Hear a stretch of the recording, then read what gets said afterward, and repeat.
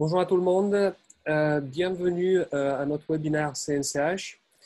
Je suis le docteur Alexandre Michi, cardiologue à l'hôpital de Montluçon et j'ai le plaisir d'ouvrir ce webinaire CNCH qui a comme sujet la télémédecine. Je me permets de faire un petit rappel. Le CNCH, le Collège national des cardiologues des hôpitaux, regroupe des médecins spécialistes cardiologues exerçant de façon partielle ou totale dans les hôpitaux non universitaires. Je souhaiterais remercier d'abord à tous les membres CNCH qui suivent régulièrement nos webinaires et également à noter que nos webinaires sont vus par une audience également française et internationale qui va de Canada jusqu'en Afrique. Je mentionne que le webinaire est enregistré et sera disponible sur le canal YouTube de CNCH et également il est distribué en live sur Facebook. En ce moment, vous allez pouvoir poser vos questions dans l'onglet Conversation et on répondra aux questions après la première partie du webinaire. Ceci dit, je donne la parole au docteur Raphaël Lasserre, qui est cardiologue à l'hôpital de Pau, avec qui j'ai le plaisir de modérer ce webinaire. Raphaël, salut. Salut Alessandro, j'ai le plaisir d'animer ce 6e webinaire que nous allons destiner à la e-santé. Alors la e-santé, pour beaucoup d'entre nous, représente une vaste nébuleuse comprenant de nombreux logiciels, applications, outils qui nous font parfois peur et dont l'usage nous semble souvent complexe et l'utilité parfois accessoire. Persuadés que les patients n'y comprendront rien de toute façon, il est plus simple de rester dans un confort qui nous rassure. Eh bien, ce soir, vous allez être surpris. Vous allez découvrir des orateurs qui sont passionnés, qui sont lucides et surtout extrêmement motivants. On a envie de les suivre dans leur parcours. Ce sont 3 femmes et un homme qui vont partager avec nous leur esprit d'innovation. Nous allons aborder 2 sujets ce soir, la télésurveillance des insuffisants cardiaques avec la solution Satellia et la téléconsultation avec la solution EasyCardio. Alessandro, tu vas poser 2 questions à notre auditoire afin que nous puissions savoir vos connaissances très simples sur ces 2 thèmes. La première question va donc être affichée. Concernant le télésuivi des patients insuffisants cardiaques, considérez-vous que cet outil est inutile, modérément utile ou indispensable? Vous pouvez répondre à cette question. Et ensuite, dans votre centre, qui assure le télésuivi des insuffisants cardiaques? C'est un thème qu'on va aborder dans les questions-réponses. Est-ce vous-même en tant que cardiologue? S'agit-il de cardiologues référents qui prennent en charge les insuffisants cardiaques? Ou enfin, avez-vous déjà une collaboration entre infirmières et cardiologues? Voilà, vous pouvez cocher et répondre à ces questions. Ça va être 30 secondes, le résultat ne devrait pas tarder à apparaître. Et je vais ensuite donner la parole à Nicolas Pagès pour aborder le premier thème. Nicolas Pagès est interne anesthésie en 4e année et cofondateur de la société Satellia qui a déployé cette solution. Bonsoir Nicolas.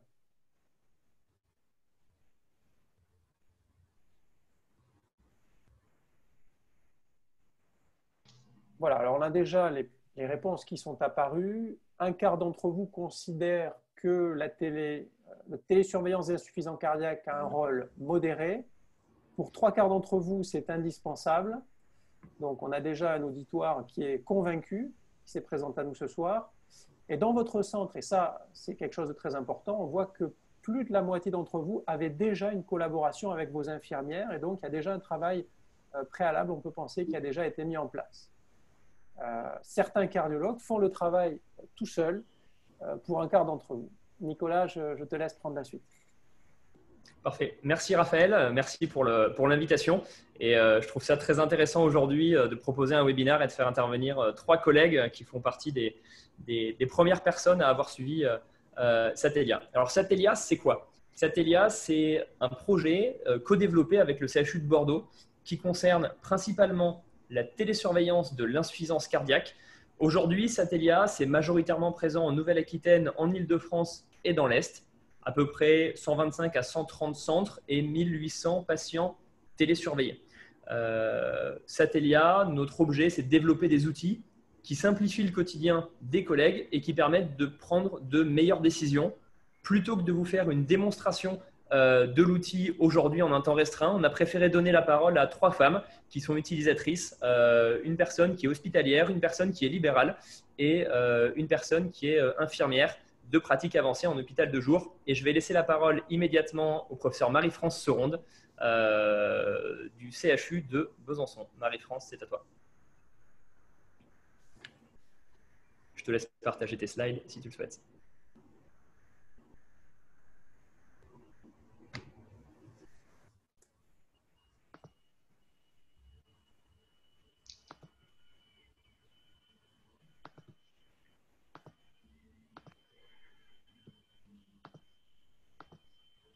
Il y a un délai de quelques secondes pour pouvoir partager les slides.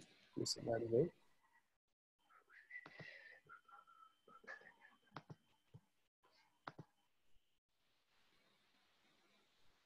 Sinon, Nicolas, éventuellement, ça marche. Parfait. Ouais, je pense que ça va aller. Il faut juste que, voilà, là et là. Non, ça marche pas. Vous voyez rien, je suis sûre. Non, non, c'était bien. Ah, c'était bien. C'est bon? Oui, juste. Voilà, parfait. Bon, bah alors, je me présente. Voilà, je suis le professeur Seronde, je suis cardiologue au CHU de Besançon. Et donc, je vais vous présenter ma structure et ensuite, je répondrai à quelques petites questions qui pourraient vous aider à mettre en place la télésurveillance dans votre unité. Alors, j'ai créé le CETIC, le Centre d'éducation thérapeutique des insuffisants cardiaques, en 2003. J'ai obtenu les autorisations de l'ARS pour l'éducation thérapeutique en 2015. J'ai avec moi 3 infirmières, dont une titulaire d'un DU-DTP et qui est en cours de formation pour devenir infirmière de coopération. Nous sommes 3 cardiologues, un praticien hospitalier, une assistante et moi-même, une diététicienne et une assistante de recherche clinique. Actuellement, dans notre structure, nous suivons 2000 patients. On a 100 nouveaux patients inscrits en suivi d'insuffisance cardiaque et notre suivi se fait en ambulatoire, en hôpital de jour. Nous faisons de l'accompagnement thérapeutique, des ateliers de groupe, de l'individuel. Bien sûr, nous adaptons les traitements et nous réévaluons nos patients en écho et en tests fonctionnels. Depuis 2013, on a ouvert une unité de prise en charge des patients en insuffisance cardiaque avancée et nous avons actuellement 15 patients qui sont porteurs d'assistance ventriculaire gauche. Notre unité, c'est aussi un réseau régional puisque nous collaborons avec les centres hospitaliers périphériques mais aussi les cliniques. Et nous avons mis en place une visioconférence avec une sorte de RCP où nous échangeons nos pratiques tous les 2 mois. Et nous avons un énorme séminaire sur l'insuffisance cardiaque qui est organisé chaque année avec cette fois-ci tout le Grand Est, c'est-à-dire la région Grand Est, mais aussi la Bourgogne et la Franche-Comté. Et jusqu'à présent, et jusqu'au Covid, on va dire, nous n'avions pas de télésurveillance dans notre service, pas de téléconsultation, mais nous avions un projet de mettre en place et nous avions déjà fait quelques démarches. Alors, pourquoi et qu'est-ce qu'apporte la télésurveillance finalement pendant cette période de Covid et après? Et qu'est-ce qui nous a forcé à le faire? Bien, comme vous, je pense que cette activité qui est normalement cette activité programmée, eh bien, n'existait plus pendant la période du Covid. Chez nous, c'était un petit peu la guerre. Et donc, il a fallu finalement mettre ça en place pour suivre ces patients et prévenir les réhospitalisations et surtout permettre une adaptation des thérapeutiques qui soit instantanée. Après le Covid, on s'est dit que ça nous permettrait de suivre des patients qui d'habitude qu'on ne voit pas en présentiel parce qu'ils habitent trop loin, parce qu'ils sont trop âgés. On s'est rendu compte que pendant le Covid, finalement, la télésurveillance, ça rassurait beaucoup les patients parce qu'ils ne se retrouvaient pas seuls. Et puis, ça nous permet d'avoir un financement. Alors, combien de temps ça nous a pris? Alors, je vous ai dit que j'avais déjà fait des démarches, c'est-à-dire j'avais vu déjà plusieurs plateformes et j'avais donc l'espoir de pouvoir faire ça, mais dans les 3 mois. Et avec le Covid, ça a vraiment mis le feu aux poudres. En fait, en 1 mois et demi, nous avons inclus presque 78 patients dans la formule Satellia, puisque là, on n'avait pas besoin de matériel connecté. Tout se faisait par l'intermédiaire de notre ordinateur. Les patients étaient connectés avec leur téléphone portable et tout est parti de là. Et je pourrais dire merci au Covid. Alors, l'avantage de Satellia, c'est qu'il y a aussi une plateforme infirmière qui nous aide énormément. De fait, elle rappelle les patients, une fois qu'on les a informés on voulait les inscrire en télésurveillance, elle les rappelle, elle les informe clairement, elle leur montre comment ça marche. Ensuite, chez les patients qui ne sont pas équipés ni d'ordinateur ni de smartphone, eh bien, elles assurent le suivi téléphonique. Donc, les patients savent que 2 fois par semaine, l'infirmière va les appeler. Elle les rappelle aussi qu'ils ne se pèsent pas, parce que ça, c'est très chronophage. Hein, pour l'avoir testé avec d'autres plateformes, c'est vrai que de s'assurer que le patient se pèse, ça nous prend beaucoup de temps.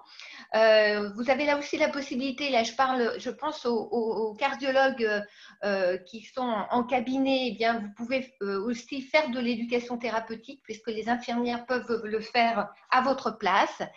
Elles organisent la réalisation de bilans biologiques, surtout en période d'alerte.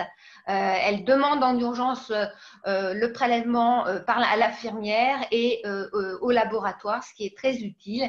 Et ces infirmières sont très, très réactives. Il y a même un système de chat où on peut vraiment échanger avec elles de façon instantanée et elles répondent à nos questions très vite. Donc voilà, je pense que ma présentation est terminée. Je vais passer le mot à Sonia. Bonsoir. Donc, je me permets d'introduire Madame Sonia Créton, qui est infirmière en hôpital de jour à PHP Cochin et qui va nous présenter pourquoi faut-il articuler une UTIC avec un outil de télésurveillance. Bonsoir Sonia. Bonsoir. Alors, effectivement, excusez-moi.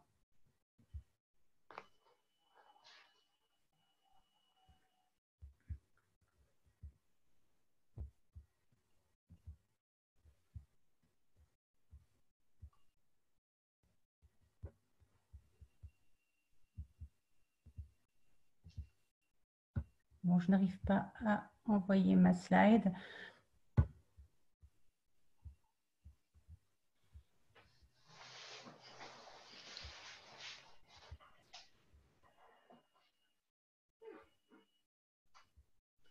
C'est pas grave, je vais partager mon écran, Sonia. Bonsoir, donc je suis Sonia Creton, je suis infirmière à l'hôpital Cochin en cardiologie à Paris, dans le 14e arrondissement, et j'exerce actuellement dans le secteur de l'hôpital de jour. C'est un secteur que nous avons mis en place en janvier 2018 avec une toute petite structure de cardiologues, une IDE, et nous avons actuellement 400 patients en suivi d'insuffisance cardiaque en ambulatoire. Le programme de l'hôpital de jour de l'insuffisance cardiaque fait souvent suite à une hospitalisation, mais nous avons également des cardiologues de ville qui nous confient leurs patients afin de les mettre dans le programme d'insuffisance cardiaque de l'hôpital de jour. Le rôle de l'infirmière en hôpital de jour est bien évidemment la programmation des patients, mais également l'éducation thérapeutique de celui-ci afin qu'il puisse appréhender au mieux sa pathologie, et également la télésurveillance que nous avons mis en janvier 2018, très rapidement après l'ouverture. C'était un outil dédié au corps médical dans un premier temps, et la file active de nos patients a augmenté très rapidement. Donc, les missions de l'infirmière sont venues pallier un petit peu et permettre aux médecins d'avoir un peu plus de temps, de gain de temps. L'infirmière mettant les patients en inclusion, mais aussi se permettant de suivre les patients en alerte. Alors, qu'est-ce qui nous a poussé à franchir le pas de la télésurveillance? Ce sont certains de nos patients qui étaient suivis avec un parcours un peu chaotique, en pointillé, qui manquaient essentiellement leur consultation et qui arrivaient la plupart du temps soit en décompensation, soit en rupture de traitement. Mais également, donc, il fallait, pour ces patients, trouver un moyen de les suivre à distance tout en pouvant les faire venir au moment opportun, si je puis dire. Et puis, nous avions mis la titration de l'insuffisance cardiaque en place avec des paliers de 2 à 3 semaines, des rendez-vous donc très proches pour le suivi trop proche. La télésurveillance a permis de faire certains paliers à domicile avec une surveillance de télésurveillance avec un retour des symptômes éventuels. Alors, pourquoi l'outil de télésurveillance et pourquoi pas un autre outil?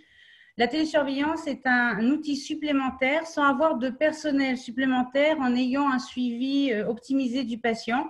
surtout dans l'outil Satellia qui s'adapte très bien à l'utilisateur puisque tout besoin et les problèmes relevés par l'utilisateur est vite identifié et des solutions sont très vite trouvées. Il y a une simplicité et une efficacité avec cette ergonomie du clic et pour les professionnels que nous sommes, mais également pour les patients puisque dans notre file active, la doyenne, la doyenne qui utilise Satellia a à peu près 93 ans, à environ 93 ans. Et enfin, l'absence d'objets connectés, bien évidemment, puisque ça nous permet de ne pas avoir quelques difficultés matérielles et faire appel à des prestataires. Alors, comment tout ça s'organise autour de la ville? Je vais vous raconter deux petites histoires. Une infirmière libérale à domicile qui se retrouve confrontée à une ordonnance contradictoire avec deux prescripteurs différents. Elle revient vers nous et à ce moment-là, on propose donc à l'infirmière libérale et à la patiente d'être inclus dans la télésurveillance afin d'avoir le retour des symptômes éventuels de la patiente et de réajuster très vite la prescription que l'on renvoie directement à l'infirmière libérale. Et le deuxième exemple, c'est une alerte Satellia un vendredi à 16 h d'un patient qui est suivi par un cardiologue de ville. Nous l'avons donc pris en charge, nous avons traité l'alerte, levé l'alerte et le patient a pu prendre à distance un rendez-vous avec son cardiologue de ville afin de faire une mise au point.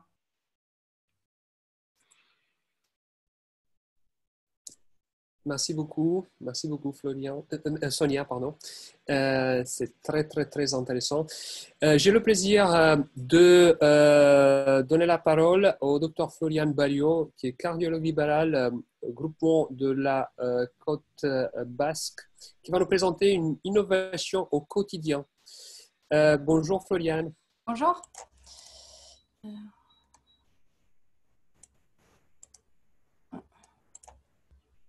Me dit que l'animateur a désactivé le partage d'écran dans les participants. Il est embêtant cet animateur. Ok.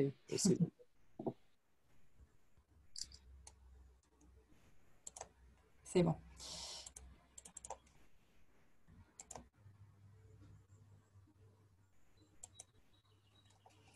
Bonsoir à tous.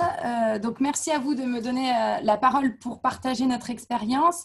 Donc, pour commencer, la grande particularité du Pays Basque, c'est que la grande majorité des cardiologues se sont réunis en deux groupes de cardiologie libérale qui couvrent une grande partie du Pays Basque et du sud des Landes au moyen d'une quinzaine de sites d'activité. Ces deux groupes se sont unifiés sur des projets communs et parmi eux, l'unité thérapeutique d'insuffisance cardiaque ambulatoire du Pays Basque que nous avons ouvert le 3 décembre 2018 en collaboration avec l'équipe de réadaptation cardiaque sur la clinique d'Aguilera et à ce jour, nous avons accueilli près de 250 patients en 1 an et demi. Alors, pour tous les patients insuffisants cardiaques, nous avons créé un parcours de soins simple. À l'heure actuelle, nous accueillons sur l'UTIC tous les patients insuffisants cardiaques ambulatoires ou sortis d'hospitalisation dans un délai maximum de 2 à 4 semaines. Après un bilan complet, au-delà de l'expertise diagnostique et de l'évaluation pronostique, nous élaborons pour chaque malade un projet personnalisé de soins qui va être axé sur 3 points essentiels, l'optimisation du traitement cardioprotecteur et la titration diurétique, la réadaptation cardiaque dès qu'elle est possible et la télésurveillance. Alors, pourquoi nous sommes venus à la télésurveillance? Pour nous, c'était une évidence, une solution complémentaire de suivre de manière rapprochée nos patients, quel que soit leur profil, d'éviter les hospitalisations ô combien délétères chez l'insuffisant cardiaque et aussi donc de les autonomiser dans la recherche quotidienne des signes de surcharge et l'alerte du médecin. Et d'ailleurs, la réadaptation cardiaque s'articule très bien à la mise en place de la télésurveillance. Alors, à qui proposons-nous la télésurveillance? Notre réponse, elle est très simple. C'est tous les patients insuffisants cardiaques qui ont présenté une décompensation cardiaque aiguë hospitalisée dans l'année précédente ou une décompensation cardiaque au décours d'un autre motif d'hospitalisation. et sauf s'ils ont des troubles cognitifs sévères, et encore s'il y a une personne aidante sur place, c'est possible, je suis quelqu'un comme ça, et sauf si évidemment il y a un vrai cadre soignant auprès du patient capable d'alerter donc les structures en l'occurrence. Et enfin, depuis la situation du Covid et en accord avec les dernières directives gouvernementales, nous avons élargi la télésurveillance à tous nos patients insuffisants cardiaques jugés fragiles et surtout s'ils avaient par le passé déjà présenté une décompensation cardiaque ambulatoire ou hospitalisés il y a plus de 2 ans. Alors, au-delà de tout l'intérêt et du bénéfice que nous trouvons à la télésurveillance au quotidien, pour nous, Satellia, c'est un vrai système de qualité, aussi bien pour le praticien que pour le médecin. Pour le patient, pardon. Donc, pour nous médecins, c'est surtout sa grande simplicité d'utilisation au quotidien avec une application qui est synthétique et ergonomique, qui va être disponible sur votre smartphone et votre ordinateur personnel. C'est aussi la rapidité d'inclusion du patient qui prend à peine 10 minutes sans paperasse et où seules les données médicales importantes sont recensées. À mon sens, il s'agit d'un outil de terrain qui a été pensé et créé avec des médecins spécialistes de l'insuffisance cardiaque. C'est un outil qui est adapté à nos pratiques quotidiennes dans la gestion des décompensations cardiaques où on s'appuie quasi exclusivement sur la prise de poids et les symptômes du patient. Et enfin, dans l'équipe soignante Satellia, il y a des infirmières spécialisées qui sont donc chargées d'assurer la télésurveillance des malades sans smartphone, mais aussi de contacter donc les patients qui ne répondent pas, nous solliciter s'il y a des problèmes suspects et vérifier la véracité des alertes, ce qui va renforcer l'observance du télésuivi par les malades, mais aussi diminuer la sollicitation du médecin pour fausse alerte. Et enfin, côté patient, le principal avantage, à mon sens, est vraiment qui est propre à Satellia, c'est l'alternative de télésuivi par contact téléphonique des patients non technophiles, c'est-à-dire qui n'ont pas de téléphone portable ou qui l'utilisent très peu. Et finalement, il y en a beaucoup et c'est souvent à eux que sert le plus la télésurveillance, souvent les personnes âgées. Et au-delà de l'aspect médical, ce contact téléphonique, c'est aussi un lien social, un lien humain. Et nous avons un très bon retour des patients sur l'équipe soignante et même sur le système en général, sur sa simplicité et rapidité. Les patients se sentent en effet complètement rassurés. Et pour terminer, donc voici donc un petit retour d'expérience. Monsieur R, un patient de 81 ans que je suis pour une insuffisance cardiaque malheureusement très évoluée, qui a été hospitalisé à plusieurs reprises pour des décompensations cardiaques et qui présente une insuffisance rénale donc sévère sur cardio-rénale. Comme vous pouvez le voir, autour du 9 avril, il est passé en alerte orange, faisant craindre un nouveau tableau de décompensation cardiaque, finalement avéré avec une prise de poids de 5 kg.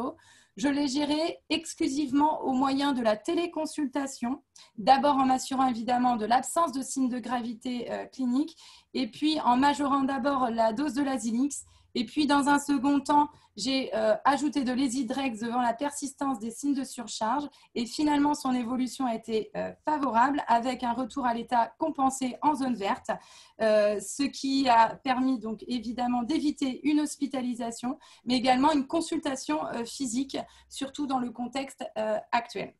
Voilà, je vous remercie. Merci Floriane pour cette belle présentation avec beaucoup d'enthousiasme. On voit bien que la crise sanitaire du Covid a été un catalyseur pour de nombreux centres et on a eu l'expérience de Marie-France qui en témoigne. De la même façon, la téléconsultation est un outil qui a été beaucoup utilisé comme ça, de façon rapide, décidé par les centres en raison des absences de consultation. Et on va aborder maintenant la question de la téléconsultation et d'un second concept que vous ne connaissez peut-être pas, qu'on appelle la préconsultation. Alors c'est Fadi Jamal, qui est un de nos confrères cardiologues sur Lyon, qui a réellement imaginé, vous allez découvrir, un changement complet de paradigme sur le parcours de soins de nos patients. C'est assez dérangeant, c'est assez perturbant de voir comment il fonctionne à Lyon. On va tout de suite vous poser 2 questions pour connaître vos connaissances en préconsultation et téléconsultation auxquelles vous allez, comme tout à l'heure, répondre. Si Alessandro, tu peux nous donner les questions. La première question va concerner la préconsultation. Alors, la pré-consultation, on peut le dire, vous ne connaissez pas, vous n'avez jamais entendu parler. Deuxième question, vous pratiquez déjà la pré-consultation et on va voir. Troisième possibilité, vous avez le projet de faire de la pré-consultation. Voilà.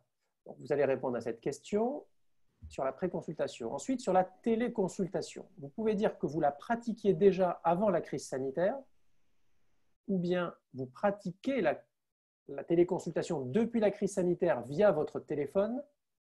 Troisième possibilité, vous pratiquez la téléconsultation avec des outils numériques dédiés. Ou enfin, vous ne faites pas de téléconsultation pour l'instant et peut-être avez le projet d'en faire. Donc, je vous laisse répondre à ces deux questions. On ne va pas tarder à voir les réponses qui vont pouvoir guider Fadi dans son exposé en connaissant un petit peu mieux les membres qui assistent à ce webinaire. Voilà, vous pouvez encore voter.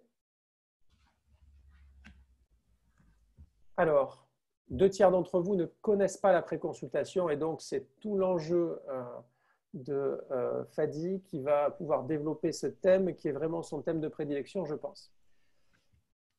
1/4 d'entre vous font déjà de la préconsultation et là, je dois dire, je suis bluffé par ce résultat. Concernant ensuite la téléconsultation, 20% d'entre vous le faisaient déjà avant la crise sanitaire et on voit bien que plus de la moitié des personnes n'en font pas encore, donc sont effectivement un petit peu perdues sur quel outil va-t-il falloir choisir. Allons-nous en faire après la crise du Covid? Eh bien, c'est à toi, Fadi, de nous expliquer tout cela. Eh ben, merci Raphaël, merci Alexandro. Je vais commencer par partager mon écran. Voilà, tac, tac.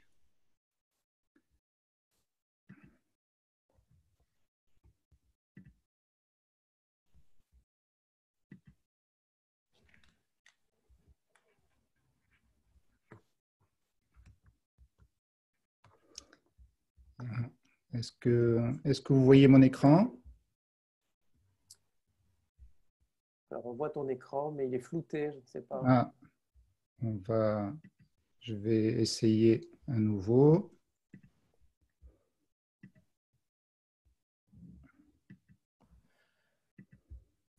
Nous répondrons à toutes les questions que vous posez sur le chat à l'issue de la présentation de Fadi, bien sûr, de façon conjointe. Donc, nous poserons vos questions aux orateurs. Donc, il y a effectivement quelques images qui ont disparu de ma présentation. C'est l'apanage du live. Alors, je vais vous demander juste 30 secondes que je redémarre mon outil. Bon, je me fais tout le temps critiquer par mes collègues parce que je n'utilise pas PowerPoint, qui est beaucoup plus simple. Et moi, j'utilise pour mes présentations un outil qui s'appelle Prezi. Mais parfois, voilà, la réalité leur donne raison. Il n'y a pas de problème. En attendant, je me permets de poser une question à Nicolas. Allez.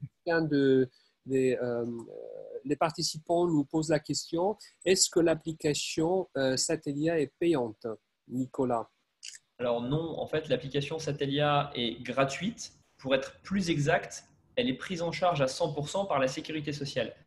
Et pour dire plus, il se trouve même que non seulement les ingénieurs qui développent cette solution sont rémunérés par la Sécurité sociale au forfait, mais les médecins qui utilisent la télésurveillance sont également rémunérés. Vous en parlerez peut-être après. La somme est de 110 € au forfait par patient tous les 6 mois pour les cardiologues. Donc, c'est une sorte de double avantage. Aujourd'hui, l'État veut pousser la téléconsultation depuis plusieurs années déjà, la télésurveillance, excusez-moi, pardon, de même que la téléconsultation, et donc rembourse ces deux choses-là. D'accord. Une autre question par rapport à Satellia. Est-ce que vous disposez des outils connectés à distance, par exemple un thermomètre, un ECG? Alors non, le choix qu'on a fait aujourd'hui, c'est de ne pas utiliser d'outils connectés parce que ça apporte une complexité qui est parfois très importante pour une plus-value qui peut être jugée comme modeste. Certains patients peuvent en avoir besoin. En général, ces patients sont déjà équipés et peuvent déjà communiquer avec leur médecin cardiologue traitant aujourd'hui sur des objets connectés type balance connectée ou tensiomètre connecté, la plus-value de certains de nos utilisateurs, elle est jugée comme trop modérée pour mettre en place un tel système logistique.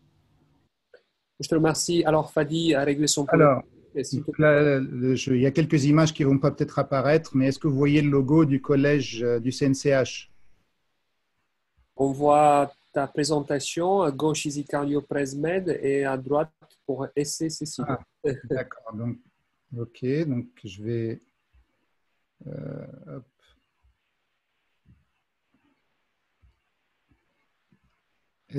Voilà. Est-ce que là, vous voyez Oui. le logo du CNCH? Oui, je pense qu'il y a un retard de quelques secondes. Voilà. On voit le logo. Oui.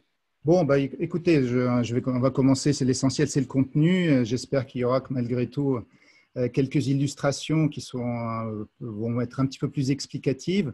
L'autre jour, on a échangé avec Raphaël et il m'a dit, écoute, ça a l'air bien ce que tu fais, mais ça me paraît un peu compliqué. Essaye de simplifier un peu. Donc, j'ai pris le message au bon. On voit quand même que cette épidémie que nous vivons aujourd'hui a montré l'importance des équipes dans la santé. Et ce que nous a présenté Satellia est quand même assez confirmatif de l'importance du travail en équipe, y compris pour leur présentation. Ils sont mis à 3. Bravo pour la performance en webinaire quand même de faire ça. Pourquoi je vous parle de ça alors qu'on est censé parler de santé numérique? Je vais partager avec vous une première conviction vraiment forte, c'est que le numérique va in fine nous inciter à travailler en équipe. Et cette équipe inclut évidemment le patient. On voit même que le travail de webinaire nécessite quand même un travail en équipe comme ce qu'a fait Alexandro, Raphaël et toutes les équipes derrière du CNCH. Alors, la téléconsultation est un du sujet malgré tout. Je vais commencer par ça. La téléconsultation, en fait, ce n'est qu'un moyen, ce n'est qu'un outil de mise en relation, finalement. Alors que le parcours de soins, c'est aussi ce qui se passe avant, mais aussi beaucoup de choses qui se passent après. Et on voit qu'une chose essentielle, malgré tout, c'est la téléconsultation reste du temps médical. Et à mon avis, en tant qu'outil seul, pris isolément, ça ne va pas révolutionner notre disponibilité. Alors, j'aimerais réfléchir avec vous et partager quelques idées. C'est comment intégrer tous ces outils qui nous arrivent, entre autres la téléconsultation, mais pas seulement, dans le parcours. Tout ça avec l'objectif, comment améliorer le parcours, l'accès à des soins de proximité qui est vraiment problématique aujourd'hui.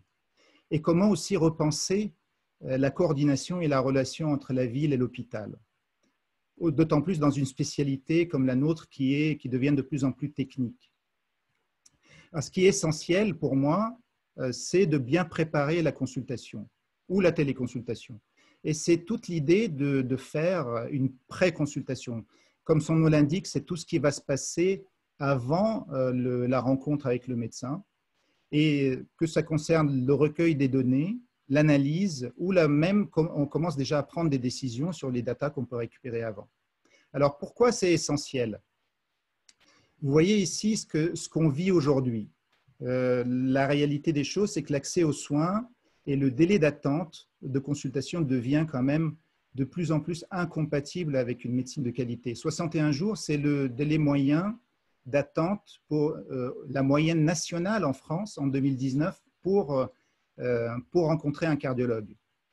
Et tout est concentré en fait sur quelques dizaines de minutes de consultation. Et pour moi, c'est évidemment la source principale de surmenage pour nous, professionnels de santé. Et en plus, pendant ces quelques minutes, on est dérangé inconstamment par des tâches qu'on n'a pas le temps de faire. Et c'est tout simplement suicidaire de continuer à gérer seul la quantité de data qui arrive et toutes les tâches annexes qu'on a besoin de faire pour assurer un service de qualité. Donc, tout ça se fait au prix d'un surmenage important. Et en plus, le parcours est fragmenté et discontinu. Et ce qu'il faut, c'est que le recueil d'informations commence le plus tôt possible dans le parcours. Et c'est là la participation du patient, elle est capitale. Mais aussi celle de la disponibilité d'outils numériques disponibles simple d'utilisation qu'il peut commencer à utiliser chez lui pour commencer à nous donner des datas. Vous allez me dire, mais si tous les patients nous envoient leurs datas avant la consultation, comment va-t-on faire? Mais c'est tout simplement, et c'est là on revient au travail d'équipe, c'est que l'analyse des données, c'est aussi, ça se fera par une équipe avant la rencontre avec le cardiologue. Et la préconsultation efficace, c'est un mix entre des outils numériques, mais aussi une première analyse de ces datas recueillies d'une manière déléguée. Ainsi, moi, cardiologue, je peux me concentrer sur la prise de décision et automatiquement, les délais de prise en charge seront plus courts. Et ça, on le vit depuis 1 an dans le centre qu'on a créé, je vous montrerai ça après. Et ça marche, je l'ai testé pour vous. Et on peut aussi, on en parlera rapidement, on n'abordera pas tout aujourd'hui, c'est qu'on peut déléguer une partie du suivi. Et comme ça, moi, je peux vous dire que la vie du cardiologue est très belle, hein, et très satisfaisante du point de vue qualité du rendu. Alors, dans notre premier centre, les images n'apparaissent pas encore, mais ce n'est pas grave. Dans notre premier centre qu'on a créé l'année dernière à Lyon, on a des délais de moins de 6 jours qui se maintiennent après plusieurs mois de fonctionnement avec plusieurs milliers de patients. Et comment en pratique ça marche? Comment on arrive à ce résultat qui n'était pas gagné d'avance? Là, la préconsultation est essentielle parce qu'elle va nous permettre de recueillir ces données. On pourra en parler rapidement après sans donner trop de détails, mais c'est des données classiques qu'on recueille en consultation, sauf qu'elles sont recueillies avant, préanalysées, et ce qui nous permet d'obtenir un rendez-vous qualifié. Le rendez-vous qualifié, c'est quoi?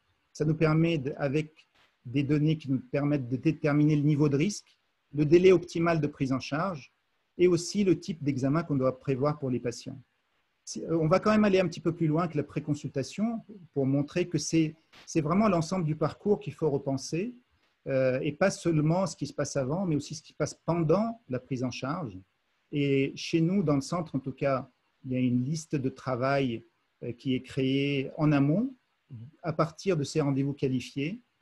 Au moment de la prise en charge dans le centre, tous les examens techniques sont délégués, y compris l'échographie cardiaque. Et ce n'est qu'après que j'interviens pour l'analyse purement médicale, l'examen clinique, l'organisation du suivi. Une chose qui est essentielle, qu'on ne va peut-être pas avoir le temps d'aborder complètement aujourd'hui, c'est le dossier médical partagé. Et nous, on en a un qui est intégré dans notre plateforme. Il est partagé avec le patient, parce que c'est le même dossier qui est utilisé pour la préconsultation. Il nous met tous ces documents dedans. Et il y a des alertes intelligentes qui nous permettent de gérer les nouveaux documents. Mais aussi, il est partagé vers l'extérieur, dans le dossier régional en région Auvergne-Rhône-Alpes, avec le médecin traitant qui peut y accéder soit directement, soit via le dossier régional. Et évidemment, il sera compatible avec le BNP. Et ce qu'on expérimente depuis quelque temps, et c'est là la coordination ville-hôpital est essentielle, c'est qu'avec plusieurs services de cardiologie interventionnelle ou d'urgence, on a ce dossier partagé. Il peut accéder, les médecins des urgences cardiologiques peuvent accéder directement à notre dossier et s'auto-habiliter pour accéder à tout le contenu. Ils n'ont pas besoin de nous appeler ni nous demander d'envoyer un fax. On voit malgré tout, là-dedans, il y a beaucoup de numérique et il est partout. Et effectivement, il y a plusieurs outils qui nous permettent d'arriver à ce résultat. Mais il ne faut pas oublier non plus qu'il y a beaucoup d'humains. Et c'est vraiment la combinaison des deux qui nous permet d'obtenir le meilleur résultat dans notre parcours. Alors, notre objectif essentiel chez EasyCardio, c'est de permettre au patient de parler avec son cardiologue. C'est son rêve, mais pas seulement de lui parler, mais que le cardiologue puisse avoir l'énergie, l'aide et les outils nécessaires pour l'écouter. Et la question essentielle, en fait, pour moi, n'est pas numérique. C'est qui sera le soignant de demain? Est-ce que c'est un médecin seul qui est un petit peu au bord du burn-out, comme ce qu'on peut rencontrer quand même couramment aujourd'hui? Ou est-ce que c'est un médecin qui travaille avec une équipe de professionnels de santé, coordonnés, chacun a son rôle, avec des outils numériques aussi, sans oublier évidemment la participation du patient. Pour moi, du point de vue qualitatif, le choix évidemment est fait. Alors, pour ceux que ça intéresse, c'est là-dessus que je terminerai ma présentation. Envoyez-moi un mail si vous souhaitez que je vous partage avec vous un livre blanc qu'on a fait avec les équipes. On avait eu un petit peu de temps pendant cette période de confinement puisque l'activité en cabinet a bien baissé. Donc, on a écrit un livre blanc sur la téléconsultation en cardiologie et je me ferai un plaisir de le partager avec vous si vous le souhaitez. Merci. Merci beaucoup, Fadi, de ton intervention. Alors, j'ai retenu, il y aurait plein de choses à dire. On avait fait tous les deux une réunion préalable et j'ai retenu 2 phrases que tu m'avais dit dans nos échanges. La première, c'est il faut faire travailler le patient en amont de la consultation, qu'elle soit physique, qu'il s'agisse d'une téléconsultation. Il faut impliquer le patient dans le parcours de soins. Est-ce que ça, on ne le fait pas suffisamment aujourd'hui? Je crois que surtout, on ne donne pas l'importance de la chose au patient et que pour moi, clairement, le patient qui participe à son parcours est clairement mieux soigné que ceux qui se laissent guider et entraîner par les professionnels. Et le corollaire, c'est que ça nous demande beaucoup plus d'énergie avec ces patients. Et c'est vraiment vital pour nous, si on veut fournir une médecine de qualité. Il n'y a qu'à voir quand un patient se présente à la consultation, qui a oublié son ordonnance, qui vient sans la lettre de son médecin et qui n'a pas ses résultats précédents et qu'il a déjà vu un cardiologue il y a 1 an. C'est tout simplement, on finit par une consultation qui n'a pas beaucoup d'utilité. Et ça, c'est du quotidien malgré tout. Donc, le fait de le sensibiliser à une préconsultation, ça lui permet au moins d'être préparé à ce qu'on attend de lui. Et aujourd'hui, on a vraiment en 1 an, alors qu'au début, on avait peut-être 30 à 40% de patients qui partageaient déjà spontanément ces données. Aujourd'hui, on est à 60%. Et il y a toujours des patients qui auront du mal à se connecter. Et là, il faut carrément qu'il y ait un nouveau métier, un assistant numérique qui les aide à faire. Il ne faut pas les laisser au bord de la route. Il faut les soigner comme les autres. Et ceux qui n'y arrivent pas, il faut qu'on se donne les moyens de les aider. Mais clairement, c'est vital, la participation du patient. Finalement, il faut que le patient devienne acteur de son parcours de soins et que les mentalités évoluent. Souvent, cette participation, on l'a dans les maladies chroniques, comme l'insuffisance cardiaque sans doute, mais c'est vrai que dans la plupart des consultations de cardiologie, on n'a pas cette implication des patients. Tu m'as dit une deuxième chose, et après, on passera sur les questions pour le télésuivi. Tu m'as dit, pendant la crise du Covid, beaucoup de cardiologues se sont tournés vers la téléconsultation comme un outil miracle. Et pas mal d'entre eux ont déchanté en disant, parce qu'ils n'ont pas une très bonne expérience de ça, parce que c'est une téléconsultation prise finalement isolée, sans préparation. Et tu m'as dit une phrase, c'est une consultation physique mal préparée, c'est la galère. Effectivement, des fois les patients, ils arrivent avec un gros dossier sur la table, on a 15 minutes pour les voir et ils ne comprennent pas qu'au bout d'une demi-heure, on classe l'affaire. Et tu m'as dit une téléconsultation mal préparée, c'est pire. Ce qui met vraiment en avant ce concept de la préconsultation. Je crois qu'il faut qu'on mûrisse tous tranquillement, qu'on réfléchisse à ce concept de préconsultation pour arriver effectivement à un parcours de soins beaucoup plus fluide. Qu'en penses-tu ? Je crois que je ne peux que te donner raison. Quand il y a une consultation physique avec une assistante qui est disponible, qui peut malgré tout passer un petit coup de fil, récupérer une ordonnance, un résultat, pour nous aider quand même à combler le vide d'une consultation mal préparée, on y arrive. Mais quand on a une téléconsultation qui doit se dérouler en 15 minutes, malgré tout, parce qu'on est là pour l'échange, si on n'a pas toutes ces informations, c'est vraiment un échange qui ne sert pas à grand-chose parce qu'on ne peut pas apporter et on finit par conclure revenez nous voir. et là, on a perdu tous les deux, le patient et nous, on a perdu du temps. Il y a une petite remarque quand même sur la téléconsultation qui est un apport non négligeable. Ça nous oblige quand même, c'est pour ça que c'est un peu déroutant au départ, ça nous oblige à écouter le patient parce qu'on n'a que ça à faire. On ne peut pas l'ausculter en disant c'est bon, j'ai assez entendu, on passe à autre chose. On est obligé de l'écouter et c'est vraiment dans l'échange. Et la sémiologie de l'écoute, on l'a peut-être un petit peu perdu avec la technique. Mais bien sûr, 90% des réponses, on les a dans l'interrogatoire. Et il ne faut pas résister à ne pas faire de téléconsultation sous prétexte que nous n'avons pas d'électrocardiogramme. Nos collègues nous l'ont démontré, le télésuivi des insuffisants cardiaques, pas besoin d'électrocardiogramme à chaque fois. Le suivi d'une hypertension artérielle avec un appareil des patients qui sont équipés d'appareils d'automesure, il n'y a pas besoin d'un électrocardiogramme à chaque fois. Et ces téléconsultations, il faut qu'on profite de cette crise sanitaire pour les mettre en œuvre de façon satisfaisante. Il ne faut pas se contenter de ce que beaucoup d'administratifs nous disent en ce moment. Passer des coups de téléphone, la Sécu va nous rembourser. Et dans 3 mois, qu'est-ce qui va se passer? Une fois que la crise sanitaire, je l'espère, aura disparu, on risque de retomber dans les travers d'avant. Et il faut de bons outils de téléconsultation qui permettent à ce que les patients uploadent leurs ordonnances, leur bilan sanguin, etc. Et que nous, derrière, on puisse aussi avoir la facilité de générer des ordonnances de biologie, de médicaments, avec les outils dont le tien, qui sont vraiment des outils très, très intéressants, où l'humain existe toujours quand même.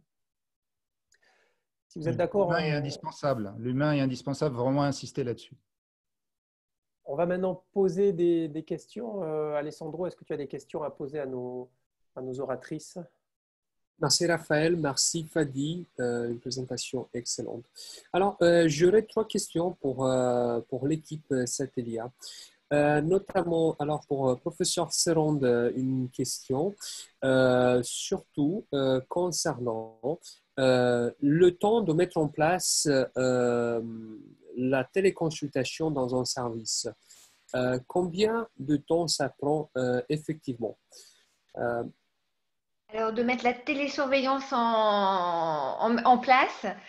Alors, si on oublie ce qu'il y a autour, c'est-à-dire voir les tutelles, les directeurs financiers, etc., la mise en place, alors je parle de Satellia, hein, la mise en place de Satellia, je dirais que ça met en 5 minutes, on rentre un patient. Non, mais c'est vrai. Il faut faire une déclaration à l'ARS. Les documents sont préétablis par Satellia. Il faut signer. On envoie à l'ARS.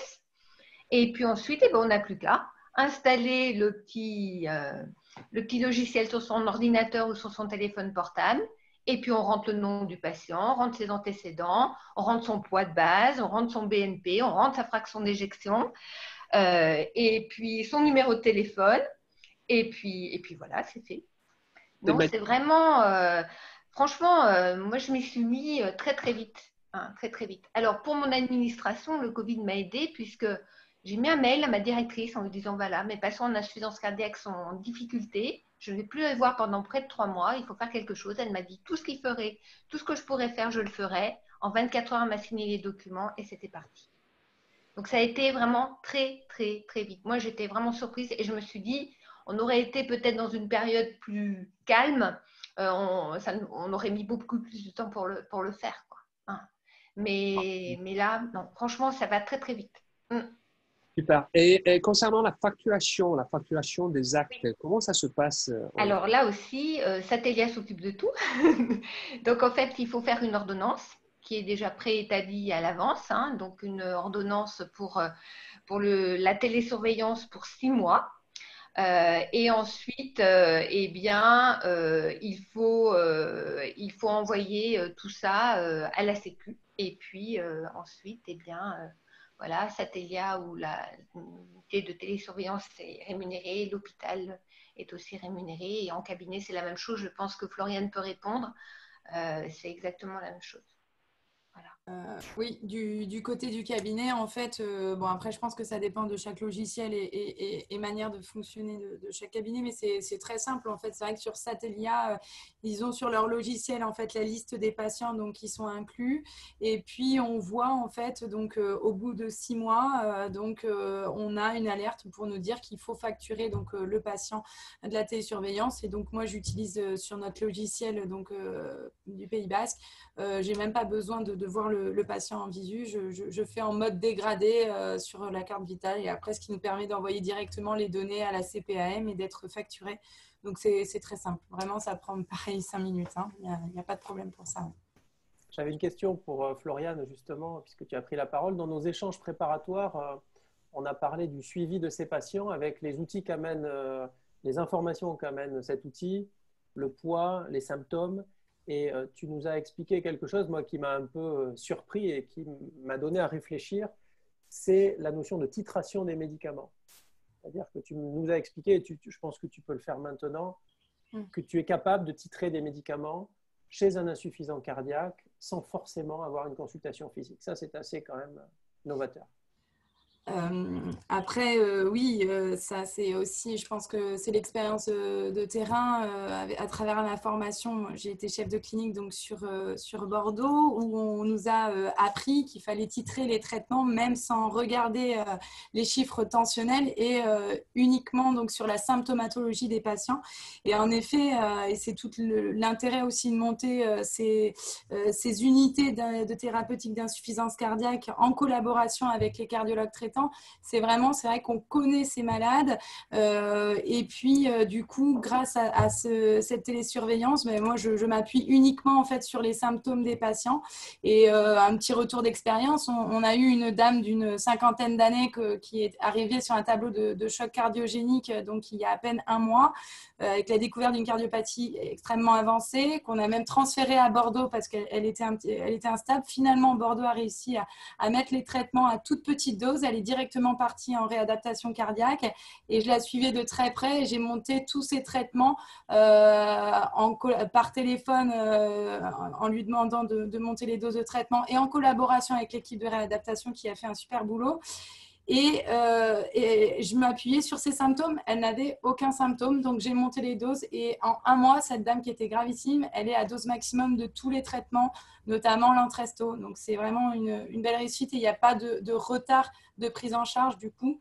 Et puis c'est vrai que sur ce système satellien, en fait, on voit les informations dont on a besoin, c'est-à-dire que les symptômes, puis finalement je voyais aussi qu'elle prenait du poids et c'était pas de la surcharge, hein, c'était de la masse musculaire sur la réadaptation. Donc voilà, on peut tirer énormément d'informations de ces systèmes-là. Et finalement, alors là je pose la question aussi à toi Floriane et à Nicolas Pagès, effectivement il n'y a pas d'objet connecté dans votre solution, ce qui simplifie beaucoup les choses. Cependant, on sait que tous les hypertendus, on les encourage à avoir un appareil d'automesure à domicile. Et on s'en sert parce qu'à la fois, on contrôle leur tension artérielle, mais on a le chiffre de la fréquence cardiaque qui apparaît à côté. Est-ce que finalement, si vous avez ce projet d'adapter les médicaments de plus en plus à distance, est-ce qu'un appareil d'automesure tensionnelle, connecté ou pas connecté, peu importe, il n'a pas obligé d'être connecté, ne pourrait pas nous donner des informations, des garde-fous, en sachant que le patient, sa fréquence cardiaque, on la connaît, on va pouvoir titrer un peu plus, ou là, ça ne sert à rien de monter les bêta-bloquants parce qu'il est déjà à 50 ou 55 de pulse. Et pareil pour sa tension, on a quand même des repères qui pourraient être intéressants. En tout cas, peut-être que ça rassurerait beaucoup de cardiologues qui n'ont peut-être pas ton expérience, Floriane. Ouais. Après, le problème des outils connectés ou pas connectés, en tout cas, moi je parle pour les outils connectés qui sont disponibles donc avec d'autres plateformes. Le problème aussi, c'est que lorsque ça ne marche pas, les patients perdent confiance dans le système. Et c'est aussi pour ça que nous, on était très satisfaits de Satellia. C'est vrai que c'est notre expérience quotidienne de la gestion de l'insuffisance cardiaque. C'est le patient se connaît le mieux. Donc, c'est les poids, les symptômes. Et c'est vrai que au quotidien, on utilise la fréquence cardiaque pour titrer les bêta-bloquants, mais comme je disais, la tension artérielle, on la regarde très peu. Et finalement, moi, je l'utiliserai peut-être uniquement pour si un patient présente un tableau vraiment de signes d'urgence à domicile, mais vraiment, moi, en tout cas, ce n'est pas un manque, mais parce qu'en effet, j'ai peut-être ça ne me rassurera pas, quoi. C'est peut-être parce qu'on gère au quotidien de l'insuffisance cardiaque, mais voilà. Souvent, les symptômes et le poids sont déjà très, très pertinents. Merci beaucoup. Alors, moi, j'aurais une question pour Sonia et vous avez malheureusement 1 minute pour répondre. En effet, j'ai 2 questions. Constatez-vous des fausses alertes? C'est la première question. Et est-ce que l'acte, il peut être validé aussi par les infirmières? Alors, l'acte, en tout cas, le logiciel Satellia est installé sur le portable du patient. Et donc, l'infirmière libérale peut l'utiliser, elle peut renseigner à la place du patient, mais Satellia n'est pas en lien entre l'infirmière libérale et le centre hospitalier. C'est vraiment le patient acteur comme on disait tout à l'heure, acteur de sa prise en charge. Donc, Satellier est installé sur le portable du patient. Et la deuxième question, c'était… Excusez-moi, j'ai oublié l'autre question. La deuxième question, c'est est-ce qu'il y a des fausses alertes? Alors, j'ai cru, au tout début, quand j'ai commencé à faire le suivi des alertes, il y avait certaines alertes qui ne me paraissaient pas appropriées. Et au fil du temps, chaque alerte a son bénéfice. C'est-à-dire que certains patients se mettaient en alerte, par exemple, pour une toux supplémentaire ou une dyspnée. Finalement, c'était un effet secondaire d'un traitement et non pas une décompensation ou une prédécompensation cardiaque. Donc, toutes les fausses alertes, entre guillemets, ne sont pas des fausses alertes et on maintient aussi cette confiance avec le patient et une relation de qualité avec le patient. Toutes leurs questions reviennent. Dès qu'il y a un souci, on peut effectivement répondre à leur questionnement. Donc, en vrai, il n'y a pas de fausse alerte. Ce qui est intéressant, Alexandrou, et je prends 20 secondes, c'est que beaucoup de gens qui ne sont pas du domaine médical veulent faire de l'informatique hyper intelligente, machine learning, intelligence artificielle. On entend beaucoup ça dans beaucoup d'endroits. Des fois, il faut être pragmatique. Regardez, on prend les symptômes du patient et on les donne à analyser au médecin. Le médecin, lui, son problème, ce n'est pas d'analyser les symptômes, c'est de les recueillir parce qu'il n'a pas une armée d'infirmières ou de personnel qui peut lui rapporter tous les jours sur une liste les symptômes du patient. Et en fait, en faisant ça, eh ben, l'analyse et le tri, on va dire, des alertes ou de la finesse, aucun algorithme ne peut faire ce que, en tout cas aujourd'hui, ne peut faire ce que Sonia dit, c'est-à-dire la toux aux IEC, les choses comme ça, c'est extrêmement complexe. Et je trouve que c'est la beauté de l'informatique, c'est en fait quand elle automatise des actes répétitifs à faible valeur ajoutée. En tout cas, c'est comme ça qu'on l'aperçoit. Merci Nicolas. On aura une dernière question avant de conclure pour Fadi. Fadi, on a un infirmier qui nous demande comment analyser les données de pré-consultation. Je crois que tu nous avais parlé même d'outils qui puissent trier avec de la sémantique. Oui, en fait, aujourd'hui, il y a beaucoup de travail humain dans la préconsultation. Les données qu'on recueille globalement, c'est des choses classiques, c'est les symptômes, les facteurs de risque et les résultats des examens précédents. Et rien qu'avec ça, on arrive à déterminer deux choses. En tout cas, il faut un petit peu de recul. Les infirmières qui travaillent avec moi depuis 1 an sont maintenant aguerries et elles peuvent déterminer le délai optimal pour prendre en charge le patient. Elles peuvent l'avancer, elles ont la main pour avancer les rendez-vous et elles peuvent déterminer s'il faut une écho ou pas d'écho ou uniquement un ECG. Évidemment, quand on se retrouve en live avec le patient, on peut changer des choses. Mais déjà, ça permet de se préparer pour, on va dire, 80% des patients. Mais il n'y a pas de conséquences dans la décision prise par nos infirmières, conséquences médicales dommageables pour le patient. C'est vraiment une orientation. Et ça nous permet vraiment d'améliorer l'organisation globale. Il y a une belle délégation de tâches et je crois que c'est vraiment important ce travail en équipe. Bien, je pense qu'on va donc conclure. On est tous maintenant convaincus que le télésuivi des insuffisants cardiaques doit être dans notre quotidien. Ça, c'est certain. Qu'il faut réfléchir à cette notion de préconsultation et de parcours de soins. Je vous laisse vous rapprocher des intervenants qui seront sur notre site si vous souhaitez ou si vous avez encore des questions à leur poser. Et puis pour nous tous, cardiologues au quotidien, nous sommes ici ce soir à assister à cette réunion parce que nous nous intéressons aux innovations. Et dans la société civile, vous savez, il y a des meneurs qui vont peut-être représenter 10 ou 15% des gens et dont vous faites sans doute partie parce que vous avez envie d'amener ces innovations dans vos centres. Il va y avoir des suiveurs qui représentent peut-être 70 à 80% des gens avec qui on travaille et qu'il va falloir convaincre pour amener avec nous cette conduite du changement en utilisant ces nouveaux outils. Vous aurez toujours des opposants, des gens réfractaires qui, dans le meilleur des cas, laisseront faire et dans le pire des cas, s'opposeront à vos actions, mais il ne faut pas s'en arrêter là. La crise du Covid a permis à notre société de cardiologues de prendre une très grande maturité en très peu de temps, alors que ces outils numériques étaient déjà à maturité depuis plusieurs mois.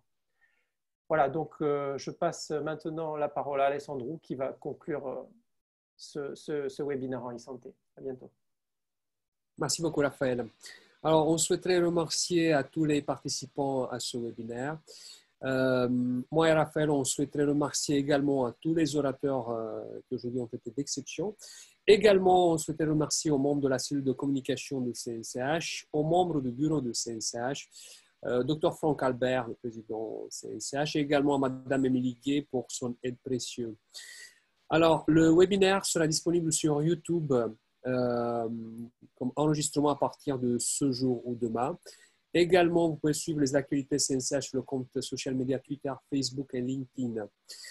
Et donc, j'ai le plaisir également d'annoncer le prochain webinaire programmé pour mercredi 20 mai à 18 h en collaboration avec l'Association des cardiologues de Québec et la Société canadienne de cardiologie, intitulé « Déconfinement, France versus Canada », avec, pareil, des invités d'exception.